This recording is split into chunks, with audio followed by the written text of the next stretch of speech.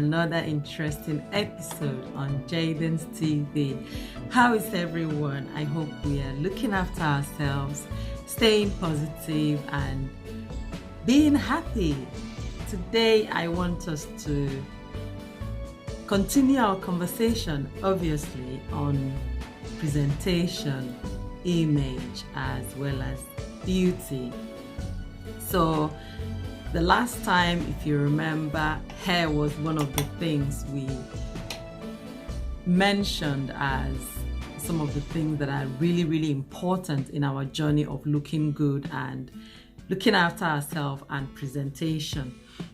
So today, guys, I want us to talk about hair. That big elephant in the room. Hair is so important.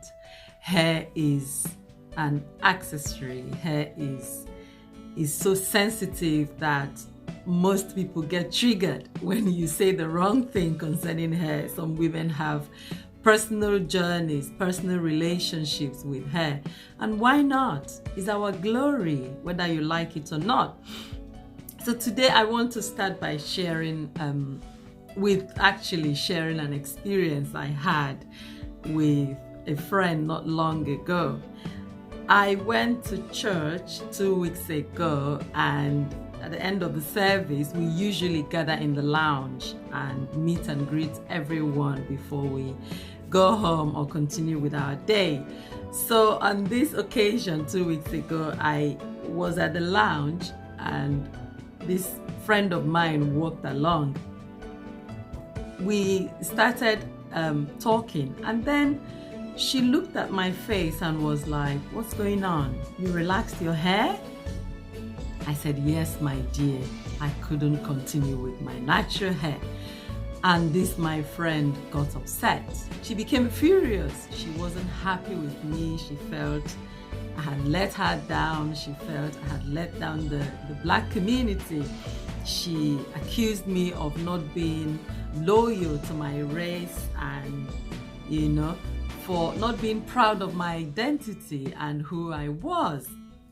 I think it's very important to give a context to this story, just so you understand perfectly how we got to where we were.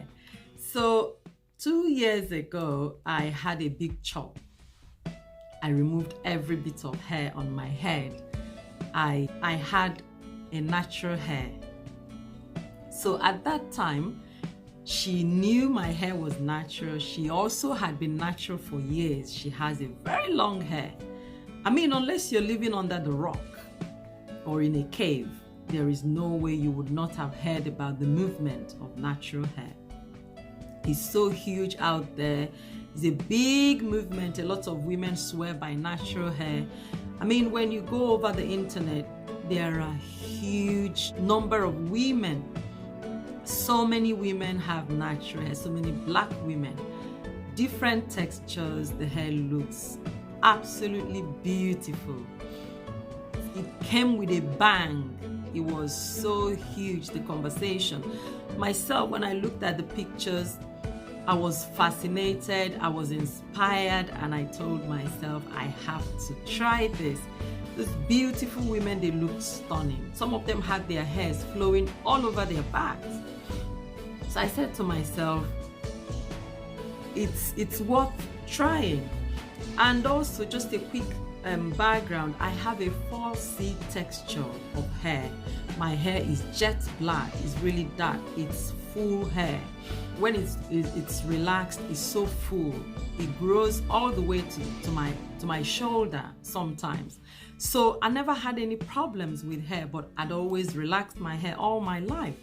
So, but when I saw these pictures, I felt challenged. So I cut my hair. That was, I think, 3 years ago. I cut my hair. I had a big chop. I started from the scratch to grow my natural hair. The natural hair looked beautiful on me. I got huge compliments. But as time went on, it became really difficult to manage. My hair texture was 4C. If you're familiar with the different kinds of natural hair, it was rough, it was difficult to tame. Sometimes I would wake up in the morning, not having an idea what to do with the hair. I spoke to a lot of people and friends. I read up articles. I watched YouTube videos to learn how to manipulate my hair, to learn how to tame it. At some point, I became increasingly tired of the hair. It was difficult to manage. It was time consuming. I spent time on products. Everyone would say, try this. Someone else would say, no, you haven't done this. You should go for that. I was so dedicated.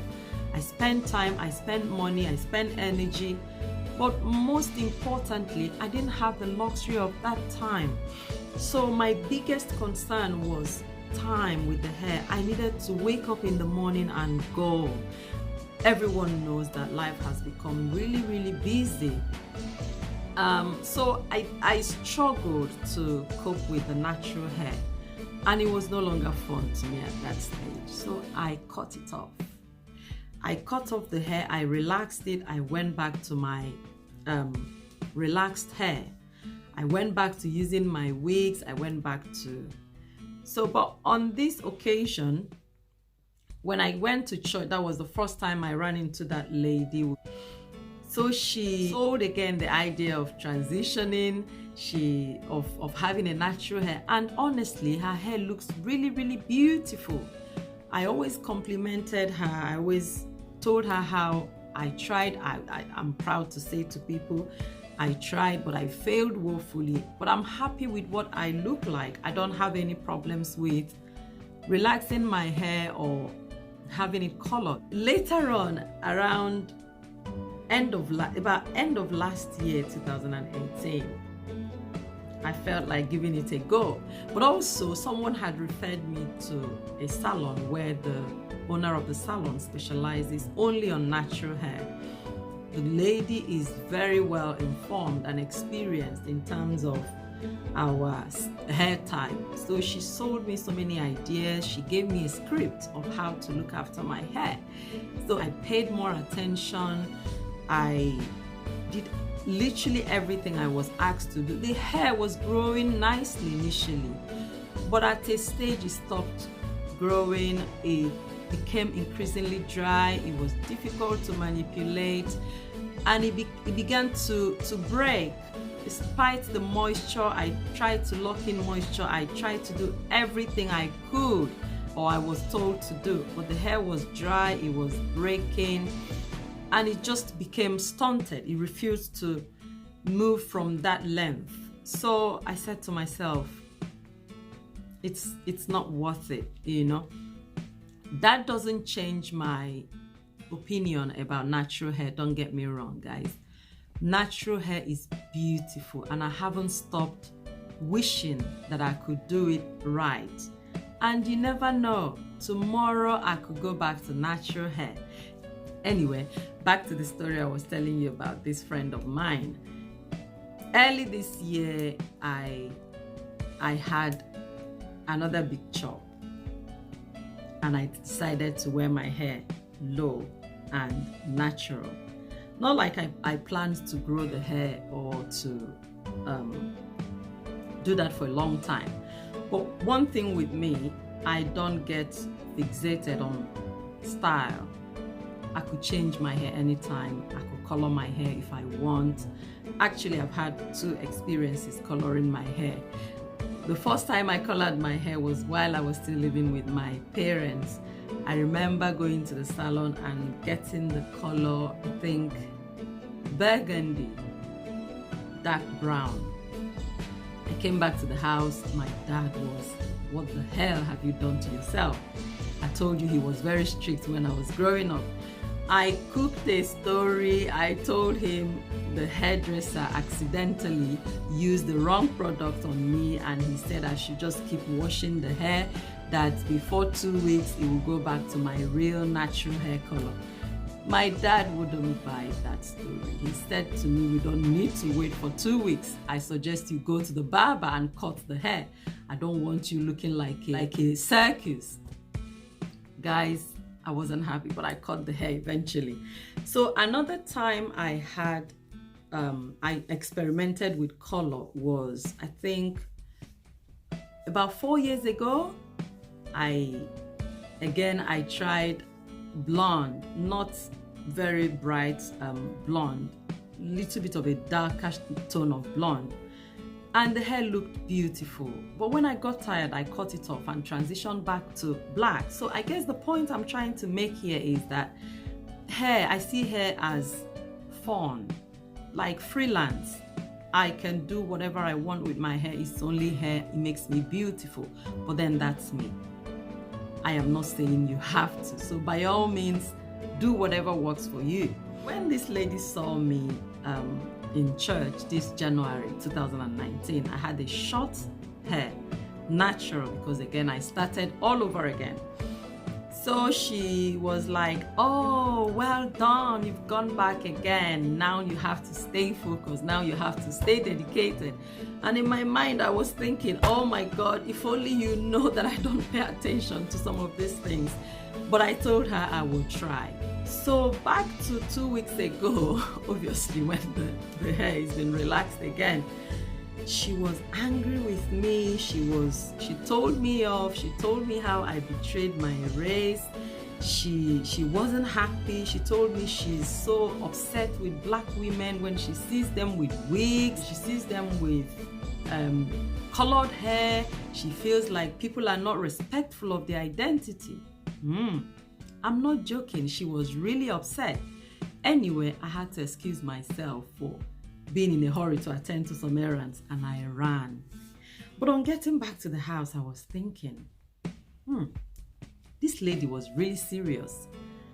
And for the most part, I think she was speaking for a lot of women out there, speaking the mind of a lot of women out there. We tend to take some things really, really seriously. We get agitated, we get pressured in speech. To be honest with you, when she was having a go at me, she wasn't joking. She was really angry. And that is representative of most of the attitudes you find out there. People take a lot of things very seriously. And when we do, we forget that some things are not easy to change. There are choices. People have choices. These are basic human, part of human beings. People have their preferences. People have what makes them happy. And there are more important conversations to be had, rather than get distracted by things that are as individualized as hairstyles and hair choices. For me, I think we all understand that one thing is paramount. One thing is most important. Every woman needs to look beautiful. And hair is a big part of that transition. Hair is a big part. No matter what you have on your head, this is my opinion. If you'd like, you can color your hair, you can wear your wig, you can, whatever works for anybody. I should see my fellow black sister with her natural hair and pay compliments. Oh sis, your hair is beautiful. I tried it, but I couldn't. But you know what? Thank God for my wig. So we also have to recognize the other very important aspect of hair. For some reasons, there are women who cannot have hair on their head. It could be physical health challenges. It could be hereditary. Some people cannot just cope with the pressure, So before you ostracize me, before you give me that bad attitude, before you accuse me of not being loyal, not being faithful to my race, hold your peace. You don't know my story. You don't know how much I've tried. Everybody out there knows that natural hair is high maintenance. Even the short hairs. Sometimes you just have to spend and spend and spend to get them up to scratch. Unlike when you have your hair relaxed. Sometimes it's easier to maintain. And like I said, life has become really, really busy, especially for most working class people and most mothers out there. You want to get up in the morning and go.